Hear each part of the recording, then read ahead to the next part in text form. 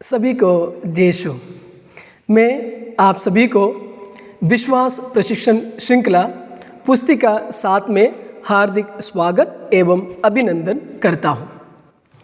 प्यारे बच्चों, आज के इस अध्ययन आरंभ करने के पहले एक छोटी सी प्रार्थना के माध्यम से हम प्रभु के पास जाएं। आइए हम अपना आंखें बंद रखें और हाथ जोड़ें। प्यारे प्रभु यीशु मसीह, हमारे माता पिता एवं गुरु, हम धन्यवाद देते हैं बीते समय के लिए। आपने हम सबों को आपके छत्र छाया में सुरक्षित रखा। आपने माता मरियम और अन्य सभी संतों के माध्यम से हमारे परिवार को और परिवार के सभी जनों के ऊपर आपके आशीर्वाद दिया। आप हमारे साथ दिए, हमारे दुख में और सुख में आपने हमें सहारा दिया।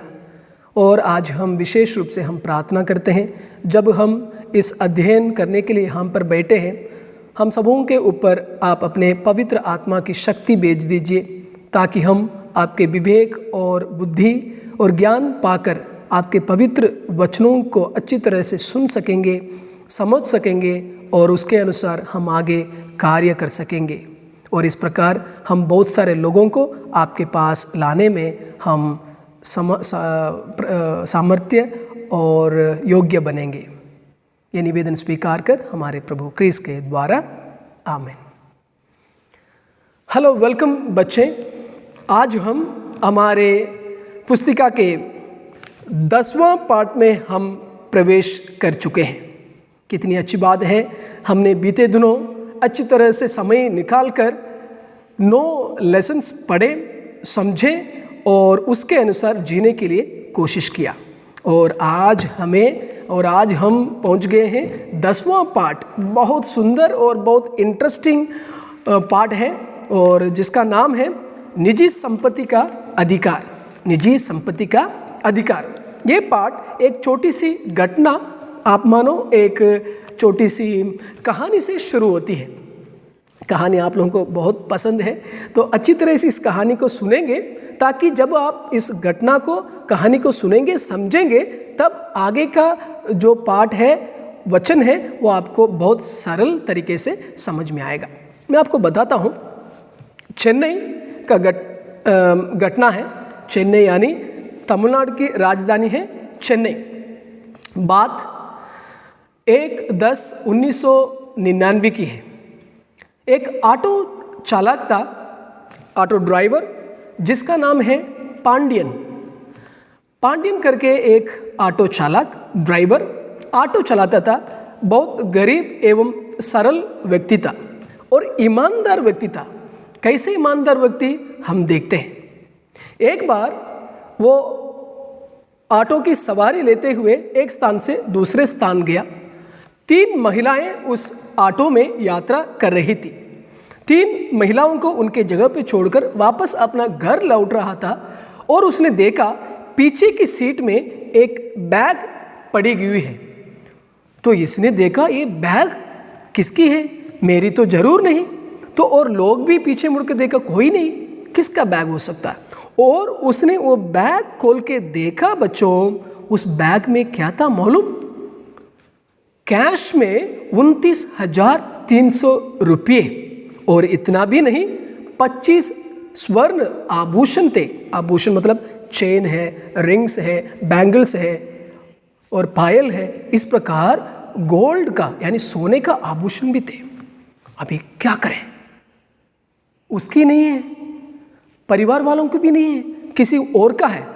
यदि पांडियन यदि सोचा तो जरूर वह अपने घर ले जा सकता था, लेकिन वह मन ही मन सोचने लगा, अपनी अंतर आत्मा से पूछा कि मैं इस चीज को, इस आभूषण को, इस पैसे को मैं क्या करूं जो मेरा नहीं है?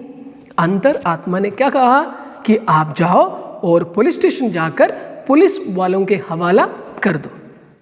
पांडियन ले जाता है पुलिस स्टेशन, और पुलिस कमिश्नर है उनके हाथों में देता है और कहता है, सर, मेरे पास कुछ यात्रियां यात्रा कर रहे थे और भूल चुक में ये बैग छोड़कर वे चले गए। अभी मैं नहीं जानता हूँ कौन सी यात्री का है, तो इसलिए आप रख लीजिए और पता कीजिए और उस व्यक्ति के पास में पहुँचा दीजिए। कुछ समय के बाद पुलिस कमिश्नर उस यात्री को ढूंढा और ढूंढते हुए उस चीज़ को, पैसा और आभूषण को उनके हाथ में दे दिए। लेकिन वो पुलिस कमिश्नर को उस ऑटो ड्राइवर की ईमानदारी इतनी अच्छी लगी, इतना प्यारा लगा, उसके दिल छू लिया कि उसने वहाँ पर एक समारोह हुआ था, बहुत बड़ा समारोह, वहाँ पर बहुत सारे लोग इकट्ठे हुए हैं। पुलिस कमिश्नर मंच पे आकर पांडियन को बुलाते हैं और मंच पर खड़ा करते हैं और उसकी ईमानदारी की तारीफ करते हैं। क्या तारीफ करते हैं? आजकल इस प्रकार के लोग मिलना बहुत मुश्किल है। 10 रुपया भी ग्राउंड में या रोड पे या घर के सामने मिलता है, क्या आप देते हैं? क्या उस व्यक्ति को ढूंढते हैं? नहीं, चुपके से उठा लेते हैं, पॉकेट में डालते हैं, चले जाते हैं अपना घर या दुकान की ओर चल पड़ते हैं। लेकिन लोग इतना ईमानदार होते हैं कि बहुत पैसा मिलने के बावजूद भी वे लोग ईमानदारी के साथ उन व्यक्ति के पास यानी मालिक के पास जाते हैं और उसको लौटाते हैं। कितनी खुशी की बात है। तो इसलिए प्यारे बच्चों, हमें सीखना है, जो चीज़ हमारा नहीं है, मेरा नहीं है, तो उसको उपयोग करना मना है। उसको क्या करना है? यदि गलती से कोई भी चीज़ हमको मिल गया, स्कूल में, रोड पे, बाजार में, बस स्टैंड में, लेंगे और जितना हो सके हम पता करेंगे कि ये चीज़ किसका है। बैग हो सकता है या बॉटल हो सकती है, पैसा हो सकती है, पेन, पेंसिल, रबर, कुछ भी हो सकता है बच्चों। यदि आपका नहीं है तो हम क्या करेंगे? आप ढूंढ कर निकालिए कि इसका मालिक कौन है।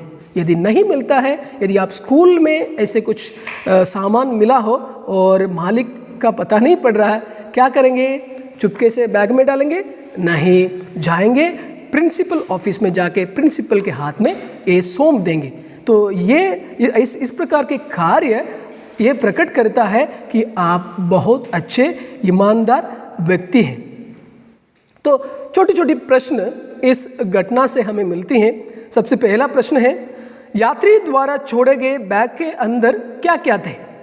जरूर मीट, मटन, मछली तो नहीं है। बैग के अंदर क्या था वो तो आप जानते हैं, बता दीजिए।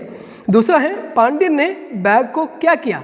पांडियन हकरू या तहवरा नहीं है, पांडियन यानी चेन्नई का आदमी है, इसलिए उसका नाम पांडियन। पांडियन ने बैग को क्या किया? बैग को क्या अपना घर लेके आया? क्या चुपके से उसके बैग में, उसके पॉकेट में डाला या जला दिया? नहीं। आप उत्तर जानते हैं, आप ढूंढेंगे। तीसरा, पांडियन को क्या पुरस्कार दिया गया और क्यों? चौथा प्रश्न है, आप पांडियन के इस कार्य के विषय में क्या सोचते हैं कि पांडियन ने इतना ईमानदारी से ये कार्य किया, इस कार्य के बारे में आप क्या सोचते हैं? साथ ही साथ प्यारे बच्चों, इस किताब में दिया गया है वित्त कंपनियों में भ्रष्टाचार। भ्रष्टाचार हमारे देश में बहुत चलता है। तो आप जानते हैं, साधारण व्यक्ति अपने पैसा कहाँ जमा करता है? प्राइवेट वित्त संस्थाओं में, बैंक में जमा करता है। कभी कभी आभूषण रख देता है या कुछ सोने का, चांदी का आभूषण रख देता है और कुछ पैसा ले लेते हैं। हम जानते हैं कभी कभी ऐसा होता है कि ऐसे संस्था वाले, बैंक वाले भाग जाते हैं, गायब हो जाते हैं, कभी दिखाई भी नहीं देते हैं और साधारण व्यक्ति की जीवन में बहुत घाटा आ जाती है। तो इसलिए इस प्रकार के कार्य भी हो सकता है। क्या आपने इस तरह की घटना के बारे में कभी सुना? कोई दूसरे के साथ इस प्रकार की धोखाबाजी की है? दूसरा, चिट फंड आदि संकटों की धोखाधड़ी के बारे में आपकी क्या राय है? और जो लोगों का पैसा लेकर चपत हो जाते हैं, यदि इस प्रकार की घटना आपके मम्मी पापा ने सुनाया, आपने देखा और कहीं पढ़ा हो, तो उसके बारे में आप मनन चिंतन करेंगे और कैसे हम अपने जीवन में परिवर्तन, बदलाव ला सकते हैं, इसके बारे में आप अगले वाले अध्ययन के लिए तैयार रखेंगे। तो इसी के साथ साथ प्यारे बच्चों, आज हम 10वां पाठ शुरू किए हैं और जो भी बातें आज हमने शेयर किए हैं उसके बारे में मनन चिंतन करेंगे, समय बिताएंगे और आने वाले कक्षा में इसके बारे में और अध्ययन गहराई में हम पढ़ेंगे। सबको धन्यवाद। जय श्री। हैं।